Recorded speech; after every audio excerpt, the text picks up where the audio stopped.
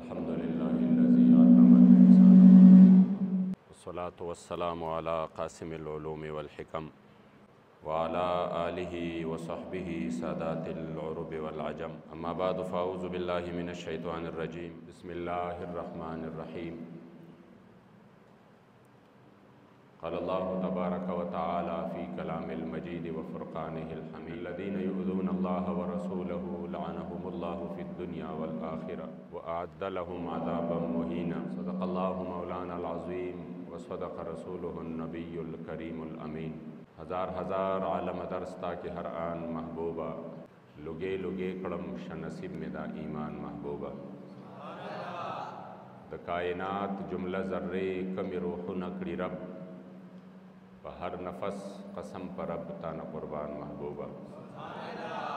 ازل نتر ابد ہر دم دا رب دا علم پشمار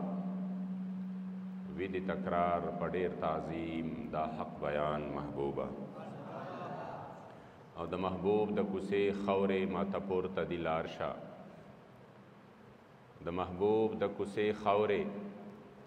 ماته پورته دي لار شه هم په دې قسمت نازېږم هم په دې مې ژوند تېرېږي او د جمال کمال نوبت یې چې د عرش په بام غږېږي د هغې دلبر له هجره اندرون زړه مې خوږېږي او دا بلبل په ګل صدا کړي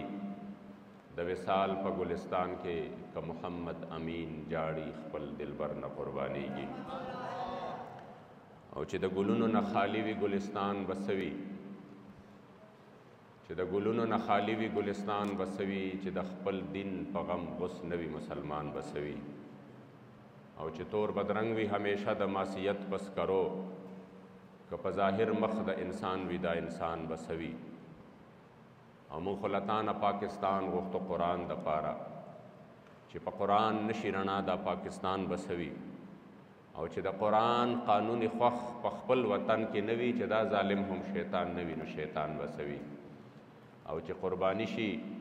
د محمد مصطفی په اسلام د محمد امین په زړه کې نور ارمان بسوي درود شریف شوق و محبت سره وایي اللهم صل علی سیدنا و مولانا محمد عدد ما فی علم اللہ صلاة دائمتا بدوام ملک اللہ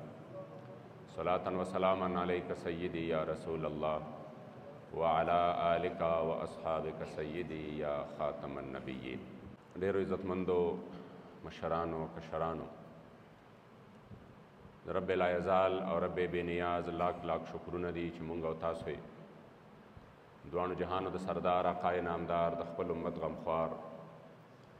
خپل کریم آقا صلی الله علیه و آله وسلم په امت کې مؤمنان مسلمانان پیدا کړي او په جمع الحمدلله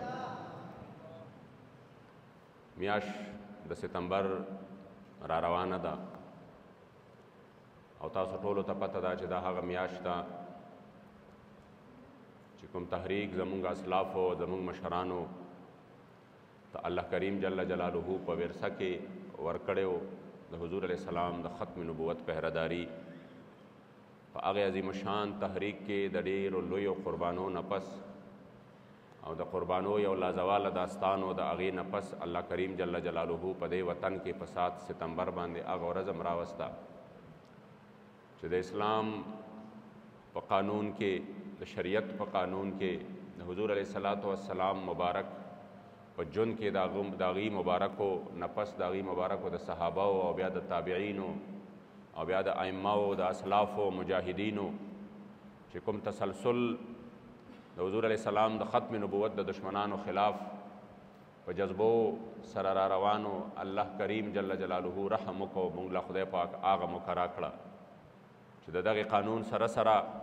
د صحابه عملو د مشرانو اسلافو عملو د هغې سره سره الله پاک هغه ورځ راوسته چې په کومه ورځ باندې الله کریم جل جلاله د دې ملک په آیین او د دې ملک په قانون کې موږ له سرخرویي راکړه او د دې ملک په آیین او قانون کې قادیانې هغه کافر قرار شو او د هغه خلاف الحمدلله پاکستان ته الله کریم جل جلاله یو تاریخي کامیابي نصیب کړه او ظاهره خبره ده چې کومې ورځې د کومو ورځو سره یو خاص نسبتي نو په هغې باندې پکار دا ده هسې خو د دې موضوع مناسبت زمونږ د ژوند سره دومره ډېر دی چې دا تاسو بار بار د علماو نه اورېدلي دي چې ژوند دپاره او د دې وجود دپاره او د دې جسم دپاره دومره سا ضروري نه ده چې څومره د حضور علیه السلام د ختم نبوت پهرداري ضروري ده. او د اسلام بنیاد چې دی دا د ختم نبوت په عقیده باندې ولاړ دی. یعنی بنیاد د اسلام چې دی هغه دغه د ختم نبوت عقیده ده او په دغې باندې ولاړ دی. او که چېرته په دې عقیده کې تزلزل راشي نو یاد ساتئ په دې باندې د اسلام بنیاد نړیږي. ځکه زمونږ اسلافو په هر معامله کې څه نه څه د حکمت نه او څه نه څه چې کوم دی په یو میدان کې یو وخت کې بعضې وخت کې انسان ووایي چې دا مسله اهمه ده خو دومره اهمه نه ده، یا به صبر وکړو یا به ورته چې کوم دی لږ وخت سر ټیټ کړو یا به لږ خیر دا مشکلات تیر شي بیا به داسې وکړو. دا واحد هغه مسله ده چې په دې کې نه حکمت او تدبر او نه دې ته چې یاره صبر وکړه. زما د حکمت تدبر نه دا معنا نه ده چې دې کې ضرورت نشته، چې یعنی دې خبرې ته چې صبر وکړه خیر دې 10 کاله تیر شي، اوس سختی ده، حکومتونو نه سختی ده، ریاستونو نه سختی ده، جیلونه دي یا تکلیفونه دي یا په دې کې د وجود خطره ده. اس قسمه پروا مسلمانانو دې کې نه ده ساتلې. که پروا یې ساتلې ده صرف د یو ذات که چېرته موږ نه الله داسې یو کار واخلي چې په هغې باندې زموږ د مدینې منورې د جانان روح انور زموږ نه خوشحاله شي. او دا ما تاسو ته تېره جمعه ویلي چې دا هغه عمل دی چې په دې باندې ډایرکټ د حضور علیه السلام زړه مبارک خوشحالېږي. او اوس هم یو انسان وغواړي چې زه د حضور ذاتي خدمت وکړم نو علما فرمایي دي د حضور علیه السلام مبارک د ختم نبوت دپاره میدان کې ودرېږي. هغه موقع خو دته نشته که نه چې کوم به صحابه او د حضور علیه السلام مبارک خدمتونه کول، خو که دې نه غواړي چې ما له الله هغه عزت راکړي چې زه د حضور په خدمت کې راشم او زما دا خدمت او زما دا غلامي الله قبوله کړي، نو دې د حضور علیه السلام مبارک د ختم نبوت دپاره په میدان کې ودرېږي. چونکې قادیانې چې دی نو هغه په ډېرو وجوهو سره د هغه ډېر خلک داسې دي چې هغې د انساني حقوقو تنظیمونه دي یا داسې نور هغې د عوامو له یو ذهن جوړوي او هغه ذهن والا دا جوړوي چې یاره دا مسلمانان شدت کوي، دي سختی کوي د قادیانیت سره او دا خو مینارټیز کې راځي. هغې وایي دا خو اقلیت کې راځي لہذا د دې خلاف وي دومره دا د هغې خبره ده چې وایي سختی مه کوئ. مونږ ورته وایو چې ګوره اقلیتونه شته په دې وطن کې او ښه په رمن طریقه باندې اوسیږي، هغه که عیسایان دي، هغه که یهودیان دي، هغه که سکھ دي، هغه که هندوان دي، ټول چې کوم دی په خپله باندې د هغې حقوق هم واضح دي او چې د دې وطن حقوق هغې منلي دي بس په هغې ښه په ارام دلته کې ژوند تېروي، هېڅ قسمه مسله نشته. د قادیانیت خلاف ولې مونږ شپه ورځ لګیا یو، قادیانیت خلاف مونږ ولې الحمدلله تیرې تورې یو او د قادیانیت خلاف مونږ ولې بار بار د دې عوامو د دې ماشومانو ځوانانو مشرانو کشرانو ذهنونه جوړو. د دې شاته یو وجه ده. عزتمندو یاد ساتئ په دې وطن کې چې یهودي اوسیږي نو هغه هم یهودي دی، په دې وطن کې چې عیسائی اوسیږي نو هغه عیسائی ځان ته عیسائی وایي، یهودي ځان ته یهودي وایي، هغه خپل کفر پټی نه. که سکھ دی نو هغه وایي زه سکھ یم، که عیسائی دی هغه وایي زه عیسائی یم، که هندو دی هغه وایي زه هندو یم. نو موږ وایو ژوند تېروه ته خپل ژوند، خو یاد ساتئ دا واحد هغه بدترین کافر دی د دنیا چې دا دی کافر او دی خپل کفر پټی او دی ځان ته مسلمان وایي او نورې ټولې دنیا ته چې څوک دوی نه مني هغې ته کافر وایي. پوهېږئ زما خبره باندې؟ نو دا ډېر لوی جرم دی چې ته یې کافر او په کفارو کې بدترین کافر یې، زندیق یې، او د هغې باوجود ته د خپل کفر پټی او ځان ته مسلمان وایي. ته مسلمانانو له دوکه ورکې، ته د مسلمانانو شاعر استعمالوې، ته خپل هغه ګټرخانې ته عبادت خانه وې، ته چې کوم دی هغه کذاب دجال ملعون ته نبي وې. په دې وجه باندې ستا چې کوم جرم دی هغه ډېر زیات دی. که ته نن تسلیم کې چې او زه قادیانې مرتد یم، زه قادیانې زندیق یم، نو د هغې نه پس به بیا موږ بل حکم بیانو سته، خو چې ته نن کم از کم دا تسلیم خو کې چې او زه مسلمان نه یم. یاد ساتئ چې کوم غیر مسلم دی هغې ته پاکستان کې هېڅ قسمه مسله نشته، هغې اوسیږي، هغې د مختلفو پارټو کې د هغې دپاره خصوصي ونګ دي چې د هغې د حقوقو خبره کوي.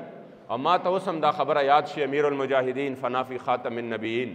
قبله بابا جی خادم حسین رضوی رحمت الله تعالی علیه مبارک به فرمایل وی به چې مونږ اقلیتونو لکم حقوق ورکو نو هغه نه یو پارټي ورکولی شي او نه د هغې منشور هغه دی هغه مبارک به فرمایل چې تاسو خو د ګټرو په صفایۍ باندې لګولی دي مونږ بوله عزت ورکو مونږ بوله حقوق ورکو خو هغه چا دپاره د حق خبرې نشته چې هغې د حضور په ختم نبوت باندې حملاور شي چې څنګه ستاسو په دې وطن کې څوک ستاسو په ادارو باندې حملاور شي څنګه چې په دې وطن کې څوک چې کوم دی د دې ملک په افواج او د دې په ادارو باندې حملاور شي او بیا د هغه دپاره معافي نشته یا د وطن سره غداري وکړي نو زمونږ موقف دا دی چې د حضور علیه السلام مبارک سره غداري کول دا د دې نه په کروڑها چند نه زیات او سیوا جرم دی لہذا د دې سسټم دومره غلط دی یو انسان دی هغه یو دکان وویسته او په هغه دکان کې هغه شراب کېښودل چونکې مسله دا ده چې څنګه شراب حرام دی نو داسې د دې شرابو هغه اغستل خرڅول هم حرام دی د دې کاروبار هم حرام دی څنګه چې سپی نجس دی نجس العین دی نو داسې د ده غوښه د دې چې کم دی د دې کاروبار کول دام حرام دی خو یو انسان دی د هغه یو ځای کې یو شرابخانه وویسته او په هغې کې هغه شراب کېښودل او هغه پې ښکاره ولیکل چې دا شرابخانه ده پوهېږئ دې باندې بل طرف ته یو سړي دکان وویسته او په هغې کې دننه هم شراب کېښودل هم د سپي غوښه یې پکې کېښودله خو هغه پې ولیکل چې دلته العیاذ بالله د زمزم اوبه ملاویږي پوهېږئ دې باندې او د شرابو په هغه بوتل باندې لیبل د زمزمو لګولې او یا په لیبل د عامو اوبو لګولې او دوکه یې ورکړه نو د ده جرم د دې بل نه ډېر زیات دی پوهېږئ دې باندې د ده جرم د دې بل نه ډېر زیات دی قادیانانو د خپل خباست د خپل د دوی دغه انتهایی ګنده او غلیظ عقیده په هغې باندې یو خو په لیبل د مسلمانۍ ولګاو چې نه نه موږ مسلمانان یو حالانکه هغه د دنیا بدترین غلاظت دی چې د چا باره کې زما جانان مبارک په خپله باندې گواهي ورکړې ده او فرمایلی دي انی یشهدو عدد تراب الدنیا ان مسیلمة کذاب زما کریم آقا مبارک فرمایي چې زه محمد رسول الله صلی الله علیه و آله وسلم مبارک د ټولې دنیا د ذرو برابر گواهي ورکوم د ټولې دنیا د ذرو برابر گواهي ورکوم چې مسیلمه دروغجن دی په ایمان ووایه چې زما محبوب دومره م ویلې وې چې زه گواهي ورکوم چې مسیلمه دروغجن دی نو په کائناتو کې د دې نه لویه گواهي بله کمه وه مونږ به ټول بالرأس والعینین مونږ به سر سترګې او مونږ به په دې کې خو د شک شبې خبره نه وه چې زما جانان مبارک سته ویلی دي چې دا رښتونه دی هغه په کائناتو کې رښتونه دی چې دا کذاب دی هغه د کائناتو بدترین کذاب دی خو لږ د دې مسلې حساسیت ته وګورئ چې جانان مبارک فرمایي انی اشهد عدد تراب الدنیا زه د ټولې دنیا د ذرو برابر گواهي ورکوم یو معمولی غوندې ځای ذرات چې دي هغه د شمار نه بهر دي پوهېږئ دې باندې کریم آقا فرمایي زه د ټولې دنیا د ذرو برابر گواهي ورکوم د دې نه لویه گواهي بله کمه ده او بیا چې کله امام اهل سنت دا روایت را نقل کړی دی نو قربان د هغه مبارکو د عشق او د وفا نشم چې کلم د حضور علیه السلام په ختم نبوت باندې خبره راغلې ده داسې قلم چې کم دی راوچت کړی دی او په داسې انداز باندې جوابونه ورکړي دي چې هغه مبعث السوء والعقاب علی المسیح الکذاب پوهېږئ پې دا د هغې مبارکو رساله ده همدارنګې الجراز الدیانی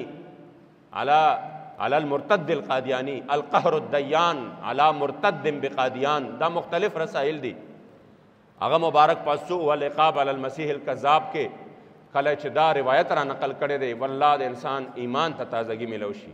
د انسان هغه روح ته پې تازگی ملو شي چې کوم شان الله ورکړی و چې کله دا حدیث مبارکه را نقل کړی دی نو بیا د هغې نه پس امام اهل سنت فرمایلی دي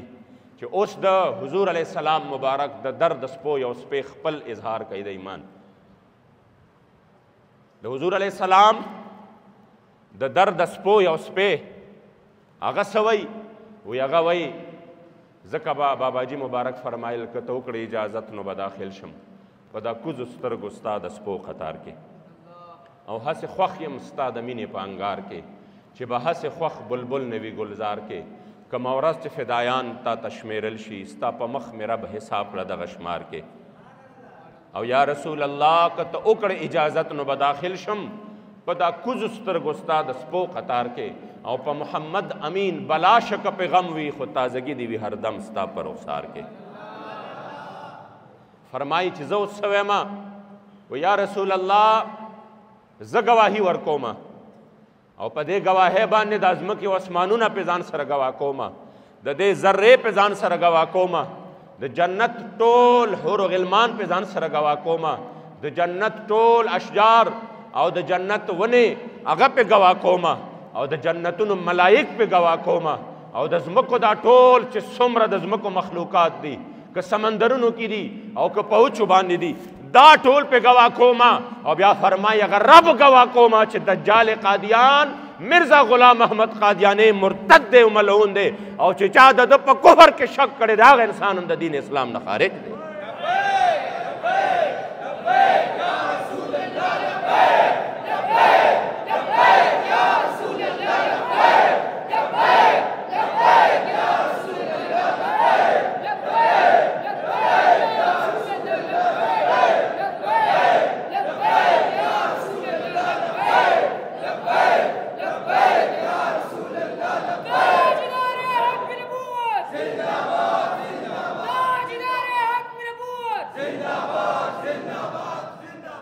ځکه قدردانو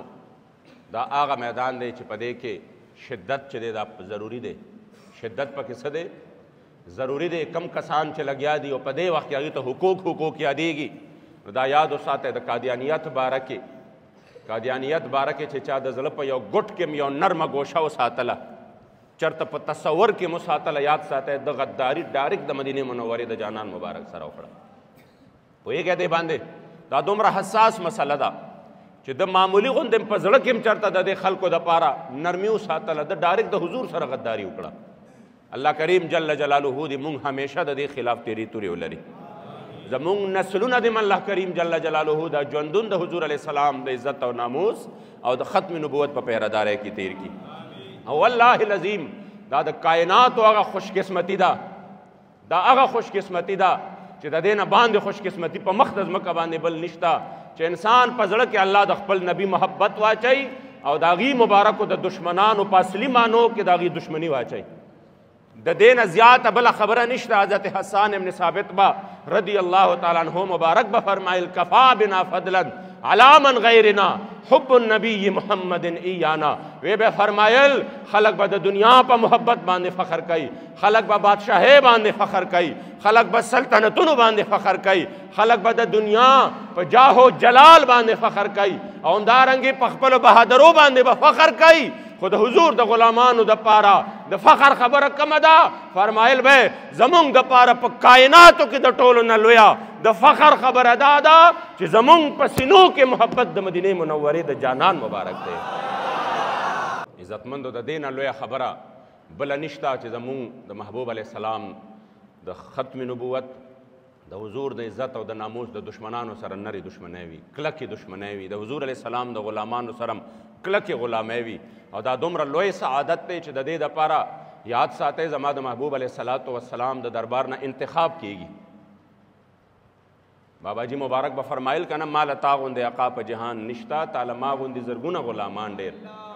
دا خو الله کریم جل جلاله په دې غلامانو کې د چا انتخاب کوي چې راشه زما د محبوب علیه السلام د دین دپاره ودرېږه د هغه د عزت او ناموس دپاره ودرېږه د هغه د ختم نبوت دپاره ودرېږه د حضرت سید پیر مهر علی شاه رحمت الله تعالی علیه سترګې پټې دي مدینه منوره کې دی او حضور ورته وایي مهر علی شاه لاړ شه پاکستان ته لاړ شه زما د مدینې منورې د جانان مبارک د طرف نه خوب کې اډر کیږي حکم کیږي چې لاړ شه او زما په عزت او ناموس باندې پهرداري ورکه دا عزتمندو په دې خیبر پختونخوا کې انتخاب الله په 1953 کې د چا کړو انتخاب د عاشق صادق حاجی محمد امین رحمت الله تعالی علیه کړو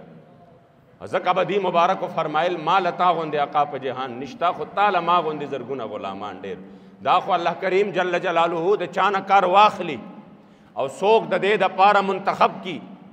چا نه چې کوم دی دغه خدمت واخلي هغه د ورځې په کروڑاو شکر وباسي چې خدای ستا کروڑاو شکر چې زه ادا کم چې زه کوم هغه ادا کیږي نه د هغې وجه دا ده چې په یو داسې دور کې چې مفادو نه بغیر څوک قدم نه اخلي زه د څومره خوش قسمته پیدا کړې ما چې زه سره د مال و جانه ستا د حضور علیه السلام د ختم نبوت او د عزت او ناموس د پهردارۍ سره په میدان د دې نه بله لویه خبره نشته او الحمدلله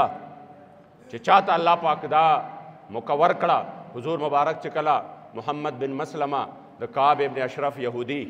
یقینو کې زه چې دې ځل د اوس ورځې مخکې تللی وم او زه بیا هم ورغلم ما د هغه د عبرت دپاره چې د دنیا په دې جاه جلال باندې څومره لوی فخر کو د هغه چې کومه قلا د هغه اوس هم شته غورځېدلې راغورځېدلې ده خو چې تاسو اوس هم د هغې هغه دنیاوي چې کوم هغه ځان له په هغه ټایم کې څه جوړ کړي وی ګوره حیران به پاتې شئ او چې بیا په کوم انداز کې د حضور غلام ورغلی دی او د حضور علیه الصلاة والسلام مبارک په منشا باندې د ده نه سر قلم کړی دی هغه بیا له یو د عشق او د محبت خبره ده خو چې کله دې حضور په خپله باندې ولیږه نو هغه خلک دې دلته سوچ وکړي چې رحمت للعالمین نبی چې زناور یې منع کړې ده چې په خلو باندې به نه وهئ ځکه چې دا حمد و ثنا وي د الله جل جلاله چې دا چا مبارک صرف چې کم دی په یو زنانه یو کوی ته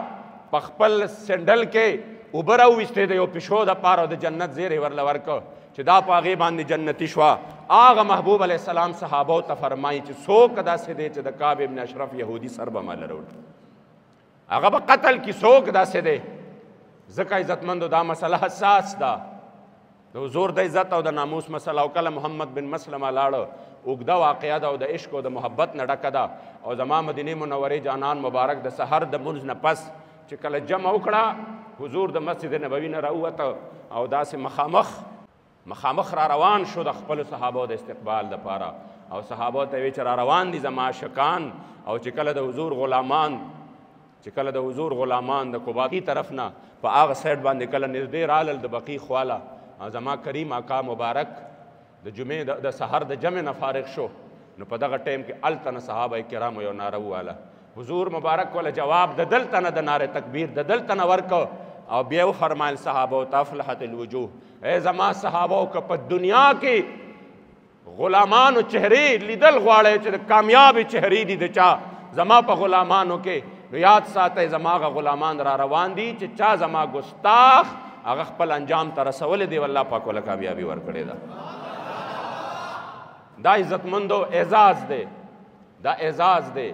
الله کریم جل جلاله چاله ورکي الحمدلله 7 ستمبر باندې دا اعزاز الله کریم جل جلاله چې د چا د حضور غلامانو پیسه کې راوستی دی په ذات د خدای قسم که دی کې د کریډټ خبرې شته هغه وختونه لاړه چې موږ به په دې جګړې کولې چې چا کړي دي او چا نه دي کړي خو چې چا هم کړي دي دومره ایمان او عقیده ده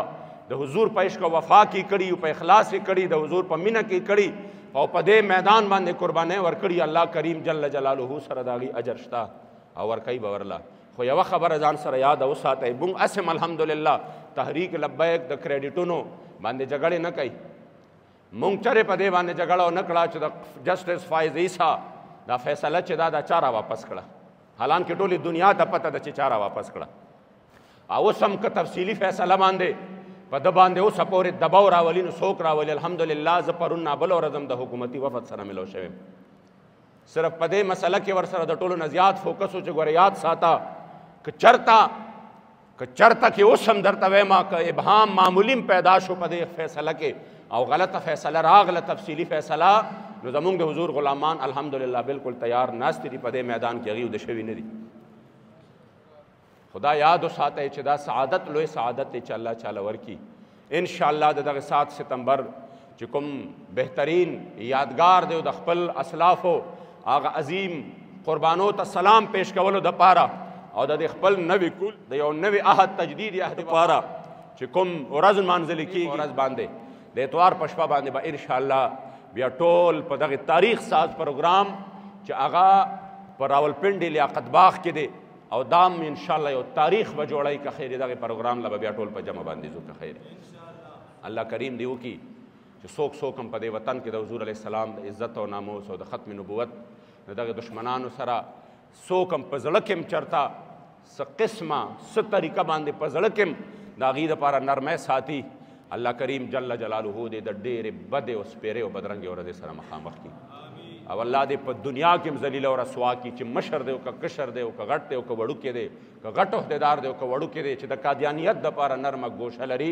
الله کریم جل جلاله دې ذلیل او رسوا کړي او چې څوک زما د جانان د عزت او ناموس او د ختم نبوت د حفاظت دپاره میدان کې دي چې هر څوک دی په هره جامه کې دی په اخلاص باندې په دې میدان کې دي الله کریم جل جلاله دې ورته عظیم تر کامیابۍ نصیب کړي آمین. الحمد لله رب العالمین والعاقبۃ للمتقین والصلاة والسلام علی خیر خلقه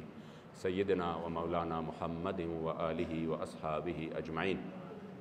یا الله کریم جل جلاله د حاضر مجمع څومره دوستان چې راغلي دي خدای ټولو دنیا او د آخرت خیر نصیب کا. د هر قسم غمونو نه، مصیبتونو نه، مشکلاتو نه، تکلیفونو نه خدای ټول په خپل زمان کې وساته. ستا استاد حبیب علیه الصلاۃ والسلام رضا او لقا د ټولو نصیب وګرځوه. یا الله کریم جل جلاله دا څومره د حضور د عزت او ناموس دپاره د ختم نبوت دپاره هلې ځلې شروع دی، محنت شروع دی. خدای پاک دې ټولو کې خیر او برکت واچوه.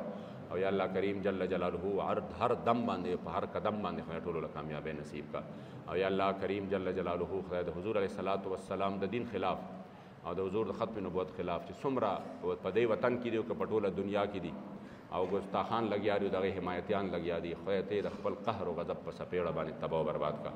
یا الله ته ذلیل او رسوا او شرمنده کا. او یا الله مسلمانانو لا بالخصوص د فلسطین مظلوم مسلمانانو خدای ته مدد وکا.